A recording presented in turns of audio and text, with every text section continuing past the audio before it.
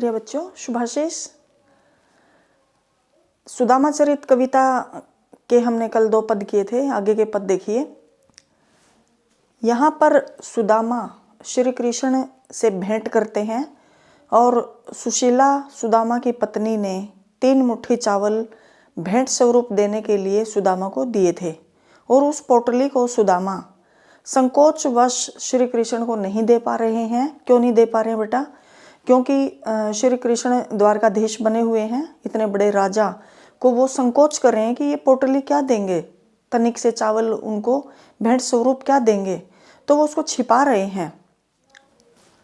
आगे चना गुरु मातु दयते, और श्री कृष्ण भांप जाते हैं उसकी इस मंशा को, सुदामा की। तो यहाँ पर श्री कृष्ण सुदामा से कहते हैं, पिछली बात को याद दिलवा रहे हैं यहाँ पर, आगे चना गुरु मातु दयते। तो यहाँ पर कौन सा वक्तव्य याद दिलवा रहे हैं श्री कृष्ण सुदामा को? जब वो संदीपन ऋषि के आश्रम में रहते थे, शिक्षा ग्रहण करते थे दोनों साथ साथ, तो वहाँ पर प्रतिदिन उनकी दिनचर्या थी, गाय चराने के लिए जाते थे या लकड़ी बीनने के लिए प्रातःकाल जाते थे। उस वक्त गुरु माता उनको वैसे ही नहीं जाने देती थी, कुछ ना कुछ खाने के लिए, चबाने के लिए उनको देती थी। और सुदामा क्या करते थे, श्री कृष्ण का हिस्सा भी स्वयं ही खा जाते थे।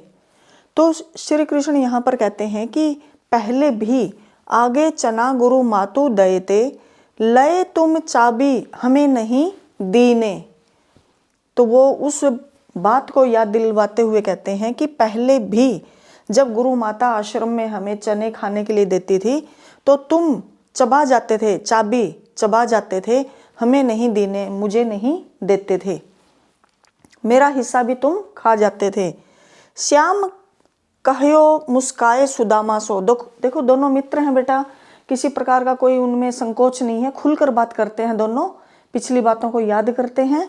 तो यहाँ पर श्री कृष्ण मुस्कुराकर सुदामा से कहते हैं, कहो मुस्काए सुदामा सो, चोरी की बान में हो जू परवीने। देखो बेटा, दोस्ती में किसी प्रकार का कोई दिखावा नहीं होता, आडंबर नहीं होता, खुलकर बातें की जाती हैं।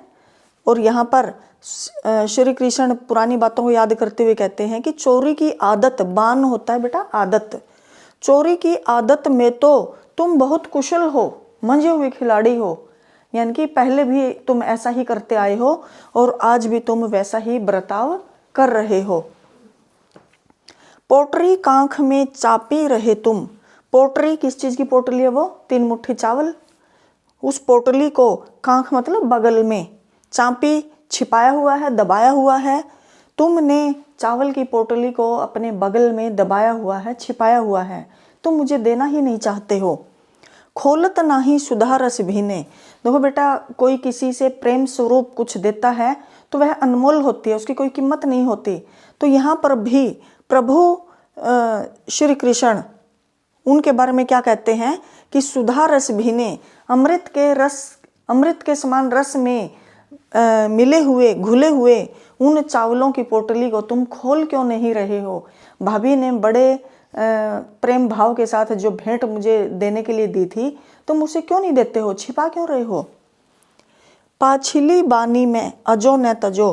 पाछिली मतलब पुरानी, जब हम इकट्ठे पहले रहते थे, उन बानी का मतलब आदत, उन आदतों को अजो आज भी, न नहीं, तजो का मतलब तजना, त्यागना।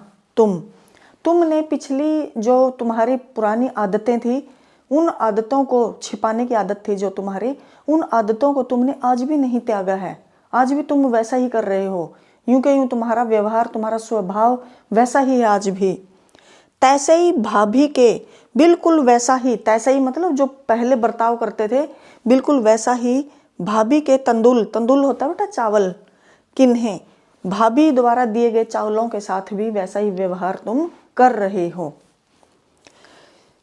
अब आगे देखिए, वह पुलकनी वह उठी मिलनी। देखो बेटा, श्री कृष्ण ने सुदामा की दिल से बड़ी सेवा की, आवभगत की।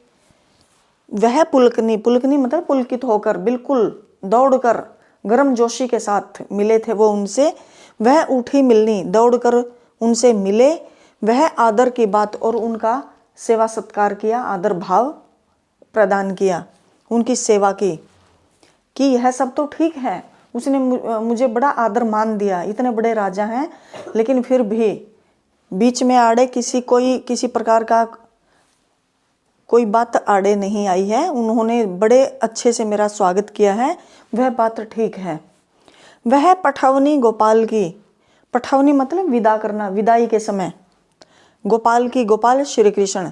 लेकिन जब सुदामा को विदा किया श्री कृष्ण ने, कछु न जानी जात, तो उनकी कोई जात नहीं पूछी, यानी कि उनको कुछ भी नहीं दिया लिया, उनको खाली हाथ ही लौटा दिया। यानी कि जिस मंशा से सुदामा श्री कृष्ण के पास आए थे वह उनकी अधूरी की अधूरी रह गई। तो ऐसे में सुदामा खिन्न हैं, उदास हैं, दुखी हैं। जाते जाते वह सोचते हुए जा रहे हैं, घर घर कर ओढ़त फिरे तनक दही के काज। घर घर यानी कि प्रत्येक घर में, घर घर, दहली दहली पर, ओढ़त फिरे तनक मतलब तनिक, जरा सी, दही के काज, दही के वास्ते। यानी कि है तो यह वही कृष्ण जो थोड़ी सी, जरा सी दही चुराने के लिए, मांगने के लिए घर घर घूमता रहता था, फिरता था, मांगता रहता था। यानी कि वही माखन चोर है। मैं तो ये सब जानता था, लेकिन किसने भेजा है मुझे? सुशीला ने। उसके कहने पर ही मैं यहाँ पर इनके पास से आया हूँ, लेकिन है तो यह वही माखन चोर। कहा भयो जो अब भयो, यानी कि क्या हुआ? भयो का मतलब होना, हरि को राज समाज, कि क्या हुआ? ये है तो वही माखन चोर। क्या हुआ जो आज ये बहुत बड़े समाज का राजा बना हुआ है, राजा महाराजा बना हुआ है, इसके पास इतना बड़ा राज समाज है, लेकिन है तो यह वह ही जो थोड़ी सी दही को मांगने के लिए घूमता फिरता था। हो आवत नाही हुतो, आवत मतलब आना नहीं, मैं तो आना ही नहीं चाहता था। वही पठयो ठेली, उसी ने जबरदस्ती मुझे इधर धकेला, मुझे इधर रवाना किया, भेज दिया।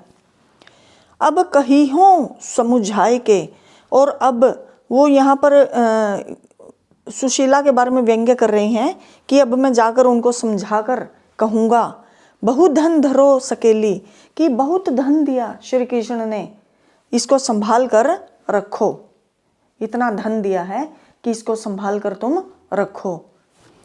तो यहाँ पर वास्तव में सुदामा को नहीं पता है कि श्री कृष्ण ने उनके 2 मुट्ठी चावल खाए थे और उनको 2 लोगों का धन संपदा उसको उनके अनजाने में ही उनको प्रदान कर दी।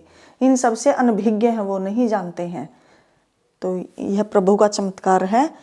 देखो बेटा, उनको हाथों हाथ धन नहीं दिया, ये सच्ची मित्रता का, दोस्ती की गरिमा को उन्होंने समझा और उनको हाथों हाथ धन दौलत नहीं दी, बल्कि उन पर ये प्रताप किया है, उन पर कृपा की है। और वो जाकर देखेंगे कि उन पर क्या कृपा की है प्रभु ने। आगे जानेंगे इसके बारे में। धन्यवाद।